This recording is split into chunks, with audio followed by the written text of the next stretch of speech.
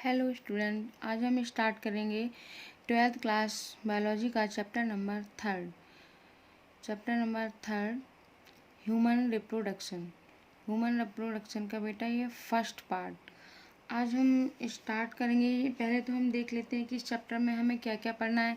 इस चैप्टर में हमें the male reproductive system, the female reproductive system पढ़ना है, फिर गैमेटोजेनेसिस और इसी के साथ में गैमेटोजेनेसिस में स्पर्मेटोजेनेसिस एंड oogenesis को भी पढ़ेंगे। फिर मेंस्ट्रुअल साइकिल, इसके बाद फर्टिलाइजेशन एंड इम्प्लांटेशन देखेंगे, फिर प्रेगनेंसी एंड एम्ब्रियोनिक डेवलपमेंट और लास्ट आपका पार्चुरेशन एंड लैक्टेशन के बाद आपका चैप्टर क्या हो जाएगा कंप्लीट। तो आज हम सबसे पहले द मेल रिप्रोडक्टिव सिस्टम को स्टार्ट करने से पहले हम कुछ जो सेक्सुअली रिप्रोड्यूसिंग जो इवेंट्स हैं हम उनको देख लेते हैं। पहले तो हम देखते हैं कि humans are sexually reproducing and viviparous. Humans कैसे होते हैं, सेक्सुअली रिप्रोडक्शन करते हैं एंड ये कैसे होते हैं, विविपेरस। इसके बाद देखते हैं कि द रिप्रोडक्टिव इवेंट्स तो कौन कौन से होते हैं। Reproductive events in human includes formation of gametes that is called gametogenesis. अगर sperm and in male and ovum in female, transfer of sperm into the female genital tract is called insemination, and fusion of male and female gametes, this is called क्या, fertilization। यानी कि male gametes क्या होगा sperm, female gametes क्या होगा ओवा। जब ये दोनों, जैसे मैंने आपको बताया बेटा कि ये क्या है, ये स्पर्म और ये ओवा, इसको क्या बोलते हैं एग। जब इन दोनों में क्या होगा आपस में फ्यूजन होगा तभी तो आपका क्या बनेगा जायगोट। जायगोट ऑलवेज कैसा होता है बेटा, सिंगल सेल ऑर्गेनिज्म। जायगोट कैसा होता है, सिंगल सेल होता है। इसके इस प्रोसेस को हम क्या बोलेंगे, फर्टिलाइजेशन। फर्टिलाइजेशन के बाद आता है कि leading to formation of zygote, और क्या हो जाता है जायगोट का फॉर्मेशन हो जाता है। This is follow by formation and development of a blastocyst and attachment to the uterine wall. Formation किसका हो जाए, ब्लास्टोसिस्ट का, और उसके बाद में यूट्राइन वॉल्स पे क्या हो जाए अटैचमेंट किसका, उस ब्लास्टोसिस्ट का। This condition is called implantation and embryonic development process is called क्या, gestation period. Delivery of baby क्या कहलाएगा आपका, पार्चुरेशन। तो ये कुछ आपके क्या है सेक्सुअल रिप्रोडक्शन के इवेंट या रिप्रोडक्टिव इवेंट्स हैं। इसके बाद हमारा नेक्स्ट आज हम स्टार्ट करेंगे द मेल रिप्रोडक्टिव सिस्टम। अब पहले तो हम देखेंगे कि मेल रिप्रोडक्टिव सिस्टम में क्या क्या होता है, कैसे क्या। तो पहले हम सिर्फ सुनेंगे, आप लोग अच्छे से क्लियर होकर सुनना, फिर हम आपको फिगर के अकॉर्डिंग क्या करेंगे एक्सप्लेन कर देंगे ताकि आपको बहुत अच्छे से क्लियर हो जाए। तो सबसे पहले क्या होता है कि अगर हम मेल रिप्रोडक्टिव सिस्टम की बात करेंगे तो उसमें सबसे पहले हम देखेंगे किसको, टेस्टिस को। The testis are present in outside the abdominal word cavity within a pouch like structure is called scrotum, जिसको क्या बोलते हैं स्क्रोटम। अब मेल रिप्रोडक्टिव सिस्टम में बेटा पेयर टेस्टिस कितनी होती हैं, यानी कि टेस्टिस कितनी होती हैं, 2। इनको बोल सकते हैं हम क्या, पेयर टेस्टिस प्रेजेंट होती हैं। एसेसरी डक्ट्स प्रेजेंट होती हैं, एसेसरी ग्लैंड्स प्रेजेंट होती हैं, एक्सटर्नल जेनाइटेलिया। तो अब हम अगर बात करें कि एसेसरी डक्ट्स किसको बोलेंगे, तो जैसे आपकी rete testis, vasa efferentia, epididymis and vas deferens, ये आपके क्या है एसेसरी डक्ट्स। एसेसरी ग्लैंड्स की अगर हम बात करेंगे तो prostate gland, seminal vesicles and corpus gland. Corpus gland को ही हम बोलते हैं बल्बो यूरेथ्रल ग्लैंड्स। जो आपकी प्रोस्टेट ग्लैंड होती है वो 1 होती है, सेमाइनल वेसिकल्स 2 होती हैं बेटा, और कॉर्पस और बल्बो यूरेथ्रल ग्लैंड्स होती हैं वो भी कितनी होती हैं 2। एक्सटर्नल जेनेटिलिया में आपका आ जाएगा क्या, पीनिस। इसके बाद ने ये तो इतनी बात हो गई कि हमारी टेस्टिस की। अब हम बात करते हैं कि for the production of sperm basically low temperature अगर मैं स्पर्म के प्रोडक्शन की बात करूं तो उसके लिए बेसिकली कैसे आपने नॉर्मल बॉडी टेम्परेचर से कैसा चाहिए, लो टेम्परेचर चाहिए। और वो टेम्परेचर कितना होना चाहिए, 2 से 2.5 डिग्री सेल्सियस डिक्रीज टेम्परेचर चाहिए बॉडी को।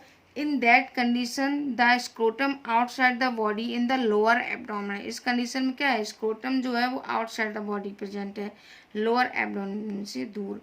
स्पर्म के प्रोडक्शन के लिए बॉडी को लो टेम्परेचर चाहिए, जो कितना होना चाहिए, 2 से 2.5 लेस होना चाहिए कितने, नॉर्मल बॉडी टेम्परेचर से। नॉर्मल बॉडी टेम्परेचर कितना होता है आपका, 30 डिग्री सेल्सियस।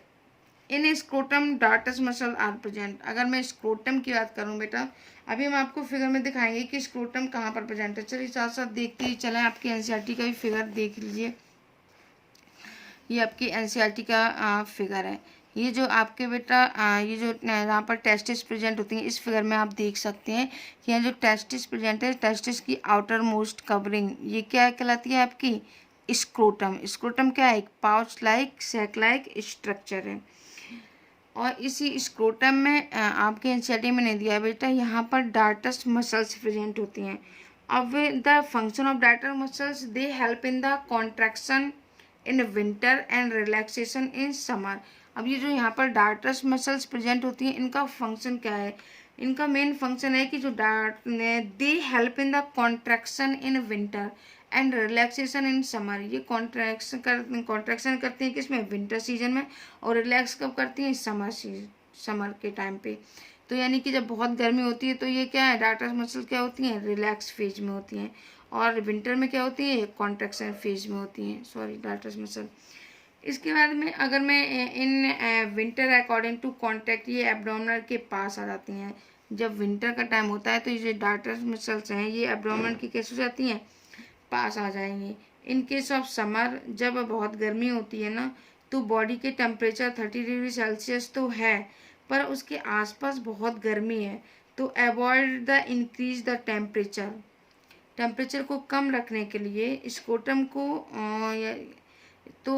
का जो मतलब जो स्क्रोटम सैक है वो थोड़ा कैसा होता है, लोअर आ जाता है। किससे, बॉडी से मतलब कहने का मतलब है कि ये बॉडी से थोड़ा सा कैसा हो जाता है, दूर आ जाता है। This is the role of the dartos muscle. ये रोल किसका था, डार्टस मसल्स का।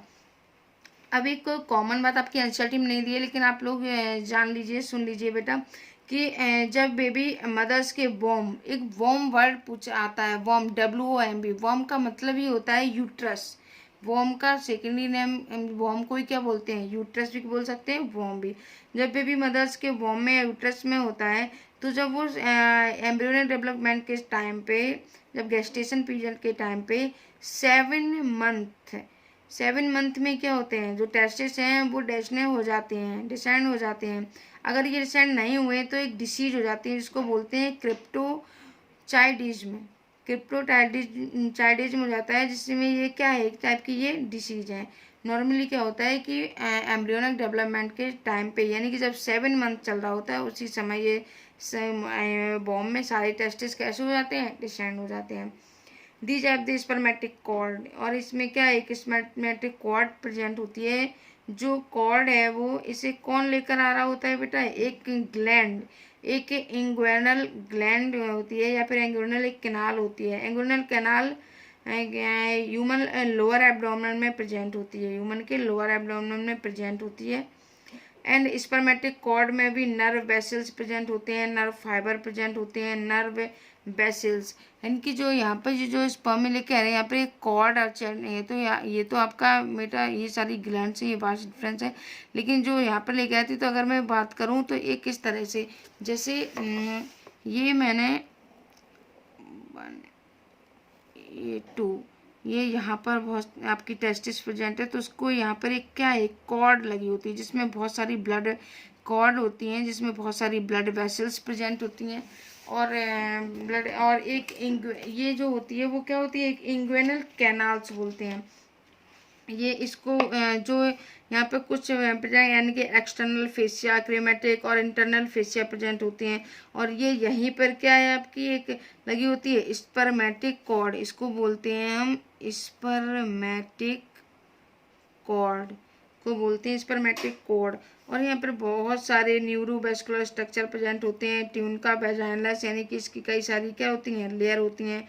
ट्यूनिका वैजाइनलिस, विसरल जो कैविटी होती है, और पैराइटल कैविटी होती है जो आउटसाइड में है। यहाँ पे आउट ये जो कैविटी होती है आउटसाइड में एक पैराइटल कैविटी प्रेजेंट होती है, और विसरल और इसके अंदर इनर साइड यहाँ पर आउटसाइड में जो कैनाल होती है वो पैराइटल और इसके अंदर यानी कि जो इनर साइड में है, यानी कि इनर साइड में एक कैनाल होती है जिसको बोलते हैं visceral, VISCERAL, visceral canal present होती है। अब मान लीजिए यहाँ पर आपकी क्या प्रेजेंट है, ये टेस्टिस है, तो टेस्टिस के पास में यहीं पर ये प्रेजेंट होती हैं, ये जो आपका ये पार्ट दिया गया है यहाँ पर ऐसे ये डार्टस मसल प्रेजेंट होती हैं। ये तो आपकी क्या होगी, स्किन, क्या है स्किन, और इसके यहाँ पर प्रेजेंट होती हैं क्या, डार्टस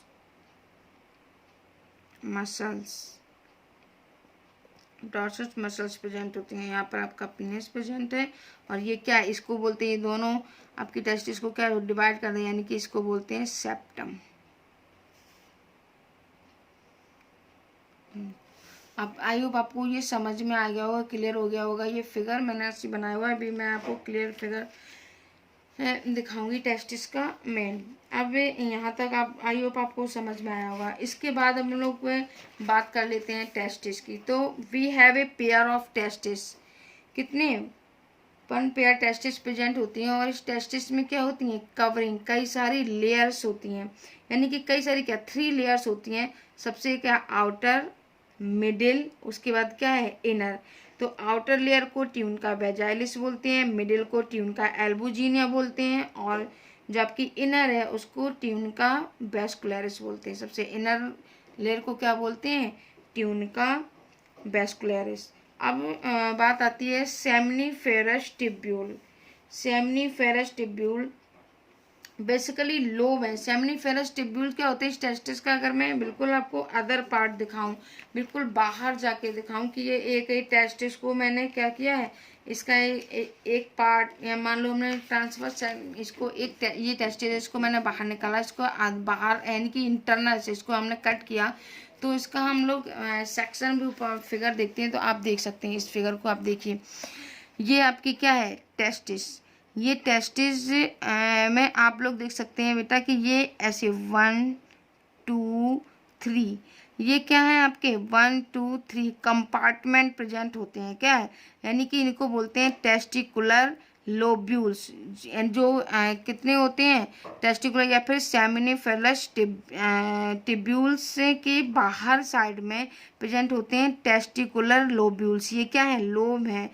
और ये बेटा एक टेस्टिस में 250 से 300 कंपार्टमेंट, इस तरीके के कंपार्टमेंट प्रेजेंट होते हैं, यानी कि 1 2 3 इस तरीके से कंपार्टमेंट कितने प्रेजेंट होते हैं, 250 से 300। अब यहाँ पे इसी कंपार्टमेंट के अंदर प्रेजेंट होते हैं बेटा सेमनीफेरस टिब्यूल। ये जो कॉइल्ड स्ट्रक्चर आप लोग देख रहे हैं ये इनको बोलते हैं सेमनीफेरस टिब्यूल्स, और ये 1 से 3 ट्यूब एक कंपार्टमेंट में प्रेजेंट होते हैं, और जो किसका फॉर्मेशन करते हैं, किसका प्रोडक्शन करते हैं, सॉरी स्पर्म का। ये सेमनीफेरस टिब्यूल्स प्रेजेंट होते हैं, इसमें किसका प्रोडक्शन होता है, स्पर्म का। अब आपने इतना देख लिया बेटा। अब यहाँ पर आप देख सकते हैं कि ये जो कॉइल्ड स्ट्रक्चर आपके दिए गए, इनके बाहर, इनके बीच में जो ये स्पेस बना है, इनको इसी स्पेस में प्रेजेंट होती है इंटरस्टिशियल सेल, या फिर बोलते हैं इनको लीडिंग सेल, या इनको बोलते हैं लीडिंग सेल्स। अब जो लीडिंग सेल्स हैं बेटा, इनका मेन फंक्शन होता है कि फॉर्मेशन ऑफ टेस्टोस्टेरोन। ये क्या है, प्रिया बोल सकती हैं, जो मेल हार्मोन्स होता है एंड्रोजन, उसको क्या करती हैं, उनका प्रोडक्शन करती हैं, प्रोड्यूस करती हैं, फॉर्मेशन करती हैं, किसका, टेस्टोस्टेरोन हार्मोन्स का। मेन फंक्शन है आपकी लीडिंग सेल का। अब आप देख सकते हैं ये कंपार्टमेंट, अब इन कंपार्टमेंट से यहाँ पर स्पर्म का प्रोडक्शन हो रहा है, यहाँ से इन ट्यूब्स के थ्रू स्पर्म आपके सबसे पहले कहाँ, अब मैंने आपको बताई थी कि आपकी डक्ट प्रेजेंट थी, कितनी आपके जो डक्ट थी, उन डक्ट के थ्रू जो आपकी रीटी टेस्टिस वास डिफरेंशिया, उसके बाद एपिडिडाइमस, उसके बाद वास डिफरेंस। ये आपकी कितनी है डक्ट प्रेजेंट होती हैं, कितनी 4। अब इन जब ये स्पर्म का फॉर्मेशन यहाँ पर हो जाता है तो ये स्पर्म सबसे पहले कहाँ पर आते हैं आपके एक ट्यूब के थ्रू, डक्ट के थ्रू रीटी टेस्टिस में, और रीटी टेस्टिस में ये एक नेटवर्क कॉज करते हैं, एक नेटवर्क बनाते हैं। फिर यहाँ से ट्यूब से होकर ये पहुँचते हैं कहाँ पर एपिडिडाइमस में, एपिडिडाइमस से होके ये कहाँ पर पहुँच जाते हैं वास डिफरेंस में, वास डिफरेंस से फिर बेटा कहाँ पर यूरेथ्रा में, और यूरेथ्रा के थ्रू क्या हो जाते हैं बॉडी से बाहर हो जाते हैं। आई होप आपको ये समझ में आया होगा कि जो एसेसरी डक्ट्स हैं वो क्या है, स्पर्म मूव करते हैं किधर से किधर, सबसे पहले रेटी टेस्टिस, फिर वासा डिफरेंसिया, फिर एपिडिडाइमस, वास डिफरेंस के बाद में आपके आते हैं यूरेथ्रा में, और यूरेथ्रा से कहाँ पहुँच जाते हैं आपके यूरेथ्रा के थ्रू ही बॉडी से कहाँ हो जाते हैं बाहर चले जाते हैं। अब जो आपके सेमिनिफरस ट्यूब्यूल्स, ये क्या है, जो आपके सेमिनिफरस ट्यूब्यूल्स हैं बेटा, इसमें 2 टाइप्स की सेल प्रेजेंट होती हैं। फर्स्ट मेल जर्म सेल और सेकेंड सर्टोली सेल्स। फर्स्ट कौन सी है मेल जर्म सेल, दूसरी होती है सर्टोली सेल्स। तो जो मेल जर्म सेल्स होती हैं ये प्रोड्यूस किसको करती हैं स्पर्म का, और जो सर्टोली सेल्स रहती हैं they provide nutrition developing sperm. इसमें जो स्पर्म डेवलप हो रहे हैं उसको क्या क्या देती हैं न्यूट्रिशन। तो आपको मेल जर्म सेल्स और सर्टोली सेल्स का फंक्शन क्लियर हो गया होगा कि दोनों का फंक्शन क्या है। मेल जर्म सेल्स का है produce the sperm, and Sertoli cells provide nutrition developing sperm. Leydig cells आपको मालूम है क्या है, ये टेस्टोस्टेरोन एंड्रोजन हार्मोन सीक्रेट करती हैं।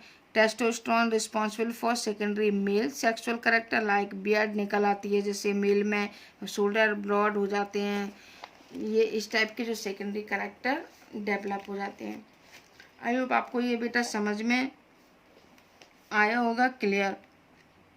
इसके बाद में आपका जो मेन एक सेल्स का होता है कि जो एपिडिडाइमस है ये स्पर्म को क्या करती हैं, एपिडिडाइमस बेटा स्पर्म को स्टोर करने का काम करती हैं। अब आप लोग अपनी एनसीईआरटी का एक फिगर देख लो। सबसे पहले आप पहले ऊपर वाला फिगर देख लीजिए कि यहाँ पे क्या है, यूरेटर प्रेजेंट है, seminal vesicles, urinary bladder, vas deferens, उसके बाद में प्रोस्टेट ग्लैंड्स। अब मैं आपको सारी ग्लैंड्स का क्या एक एक करके फंक्शन बताऊंगी। उसके बाद में क्या है पीनिस, यूरेथ्रा, और ये जो आपके पीनिस के जो सबसे आउटर मोस्ट पार्ट होता है इसको हम लोग ग्लांस पेनिस बोलते हैं, और उसके ग्लांस पेनिस के आउटर मोस्ट में एक कवरिंग प्रेजेंट होती है, इसको क्या बोलते हैं फोर स्किन। टेस्टिस के आउटर मोस्ट एक पाउच लाइक स्ट्रक्चर, इसको क्या बोलते हैं स्क्रोटम।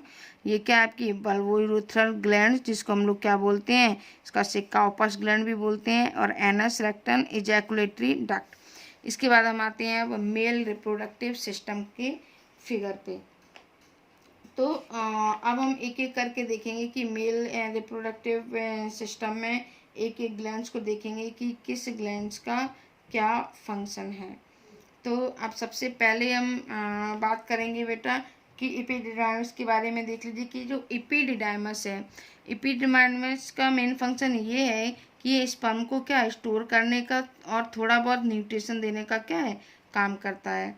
और एक इसके ऊपर एपिडिडाइमस के ऊपर एक कैप लाइक ये जो स्ट्रक्चर आप देख रहे हैं, ये कैप लाइक स्ट्रक्चर, इसको कैप्टू बोलते हैं। क्या बोलते हैं, कैप्टू बोलते हैं। It is a head part of epididymis, it is a head part of epididymis, क्या कैप्टू बोलते हैं।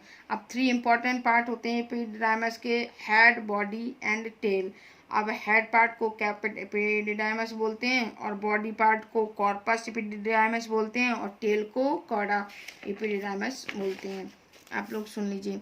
इसके बाद में आपके बात आती है किसकी, हाँ अब यहाँ पर देख लीजिए ये टेस्टिकुलस लोब्यूल्स आपको दिए गए जो मैंने आपको फिगर में दिखाया था। अब इसके अंदर क्या है स्पर्म, और ये स्पर्म जब यहाँ पर है तो वो कैसी हैं इमैच्योर हैं, इनमैच्योर, ये मैच्योर स्पर्म नहीं है बेटा। तो टेस्टिकुलस लोब्यूल से ये जो स्पर्म है ये सबसे पहले नेटवर्क बना के आपके कहाँ जाएंगे रीटी टेस्टिस में, रीटी टेस्टिस से कहाँ पर जाएंगे आपके एपिडिडाइमस में, एपिडिडाइमस से फिर कहाँ जाते हैं आपके वास डिफरेंस में। कहाँ जाते हैं, सॉरी रीटी टेस्टिस से वॉसा फ्रेंसिया में, फिर एपिडिडाइमस में, और इसके बाद में कहाँ जाएंगे आपके वॉश डिफरेंस में। ये आपका क्या है वॉश डिफरेंस। वॉश डिफरेंस में जाने के बाद ये सबसे पहले आपके आते हैं ये आपकी यूरिनरी ब्लैडर, ये पर क्या है इसमें यूरिन स्टोर होता है।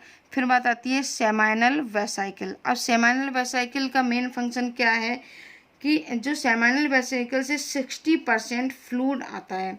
ये जो सेमाइनल वेसिकल्स है इससे क्या आता है, इस ग्लैंड से 60% फ्लूइड, यानी कि जो जितना भी फ्लूइड आता है सीमन में उसका 60% फ्लूइड किससे आता है, सेमाइनल वेसिकल से, जो बेसिकली कैसा होता है, एल्कलाइन होता है, एल्कलाइन इन नेचर होता है। कैसा, ये बात बेटा अच्छे से ध्यान रखना है कि सेमाइनल वेसिकल से कितने 60%, और जो कैसा होता है एल्केलाइन होता है। कैसा होता है, एल्कलाइन होता है, बेसिकली थोड़ा सा सॉल्टी नेचर का होता है। और जो सेमाइनल वेसिकल से रिलीज बेसिक टू चीज़ों को ये रिलीज करती है। फर्स्ट फ्रक्टोज, ये जो सेमाइनल वेसिकल से रिलीज होती हैं 2 चीज़ें, फर्स्ट क्या है आपका फ्रक्टोज रिलीज होता है, गिव एनर्जी, जो फ्रक्टोज रिलीज होगा वो गिव क्या देता है, energy to sperm. And second secretion is prostaglandins, second आपका क्या है prostaglandins. Yes, female genetic tract में स्पर्म को पहुंचने में जो हेल्प करता है, एक तो फ्रक्टोज और दूसरा क्या है प्रोस्टाग्लैंडरिस, जो कि फीमेल जेनेटिक ट्रैक्ट में स्पर्म को पहुंचाने में हेल्प करता है। Help in the contraction and movement. Seminal vesicle two होती हैं, सेमाइनल वेसिकल कितनी होती हैं 2, फर्स्ट सेकंड आप लोग देख सकते हैं। और seminal vesicle and Vasa difference दोनों क्या है, जो सेमाइनल वेसिकल्स होती है और ये यहाँ से जो वास्ट डिफरेंस चला रहा है, ये दोनों कैसी होती हैं, ये कॉमन डक्ट होती हैं बेटा। कैसी होती हैं, कॉमन डक्ट होती हैं, आपस में ये दोनों कैसी कॉमन मिलकर पहुँचती हैं आगे कहाँ पर, इजैकुलेटरी डक्ट में। आगे कहाँ पर पहुँचती हैं, इजैकुलेटरी डक्ट में। आई होप आपको सेमाइनल वेसिकल इतना आपको समझ में आया। नेक्स्ट आपकी आती है, नेक्स्ट ग्लैंड आया आपकी प्रोस्टेट ग्लैंड। क्या है, जो मैंने आपको बताई ये कैसी होती है, सिंगल होती है, और ये सेमाइनल ग्लैंड से जो सिक्रीशन आ रहा होता है बेटा वो 60% है, पर जो प्रोस्टेट ग्लैंड से सिक्रीशन आपका आता है रिलीज होता है वो 25%। ये जो सिक्रीशन करती है वो कितना 25% सिक्रीशन करती है। अब प्रोस्टेट ग्लैंड से जो रिलीज होता है उसमें होता है क्या, सिट्रिक एसिड प्रेजेंट होता है, जो कि एसिडिक इन नेचर होता है। Citric acid produce in prostate gland is acidic in nature and many enzyme produce करती है। And again prostaglandins release in few amount and help in as in contraction. और ये किस में हेल्प करता है, कॉन्ट्रैक्शन में। प्रोस्टेट ग्लैंड जो सिंगल होती है, it is a single gland. इसके बाद आपकी आती है क्या, बल्बोयूरेथ्रल ग्लैंड। जरा आप इसका भी फंक्शन सुन लीजिए।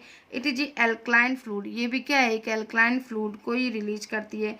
जब स्पर्म फीमेल जेनेटिक ट्रैक में बेटा जाते हैं या फीमेल रिप्रोडक्टिव ट्रैक में पहुंचते हैं तो उन्हें वहाँ का जो मीडियम मिलता है वो कैसा मिलता है, वो वहाँ का मीडियम एसिडिक मीडियम मिलेगा, जिसे न्यूट्रलाइज करने के लिए, यानी कि it have lot of alkaline fluid with them cells, यानी कि उसको न्यूट्रलाइज करने के लिए हमें क्या है, एल्कलाइन फ्लूइड, वहाँ पर एल्कलाइन फ्लूइड रहता है, फ्लूइड है इसलिए ज़्यादा, ताकि एसिडिक कहने का मतलब ये है कि वहाँ पर जो मीडियम है वो कैसा है, एल्कलाइन फ्लूइड रहता है, वो भी ज़्यादा, ताकि जो एसिडिक कंडीशन मिलती है मतलब इनसाइड द फीमेल ट्रैक, उसकी वजह से जो स्पर्म डैमेज ना हो जाए। यहाँ पर क्या है, फीमेल जेनेटिक ट्रैक में कैसा होता है, एसिडिक कंडीशन होती है, जिसकी वजह से क्या है वो एल्कलाइन होता है, ताकि जो फीमेल ट्रैक में जो भी स्पर्म जब पहुँचे तो वहाँ पर क्या है, फीमेल ट्रैक में उसकी वजह से एसिडिक की होने की वजह से वो स्पर्म डैमेज ना हो जाए। And other content help in the lubrication of sperm, और जो अदर कंटेंट्स और दिया गया है वो सब किस में हेल्प करता है, लुब्रिकेशन ऑफ स्पर्म। और वो क्या है, आगे आप जो पेनिस को क्या करता है, ये सारी ग्लैंड से जो भी फ्लूइड आपका बेटा सिक्रीट होता है, यहाँ से प्रोस्टेट से कितना था 25%, इसमें सिट्रिक एसिड, और सेमाइनल वेसिकल से कितना 60% फ्लूइड। ये सारी डक्ट से कहाँ पहुँचता है, इजैकुलेटरी डक्ट में पहुँचता है। इजैकुलेटरी डक्ट से क्या है, यूरेथ्रा के थ्रू और ये कैसा सीमन बाहर आता है। बेसिकली जो फ्लूइड होता है इसी को सीमन बोलते हैं।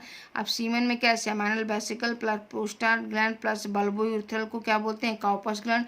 इन सब का एक साथ बेटा क्या होता है, ये सारी चीज़ें में मिलके जितना भी फ्लूइड एक साथ आता है उसको ही हम क्या बोलते हैं, सीमेन। और आप लिख दे सकते हैं फोर स्किन, और ये सबसे बाहर रेड रेड पार्ट होता है जिसको बोलते हैं हम ग्लैंड पेनिस।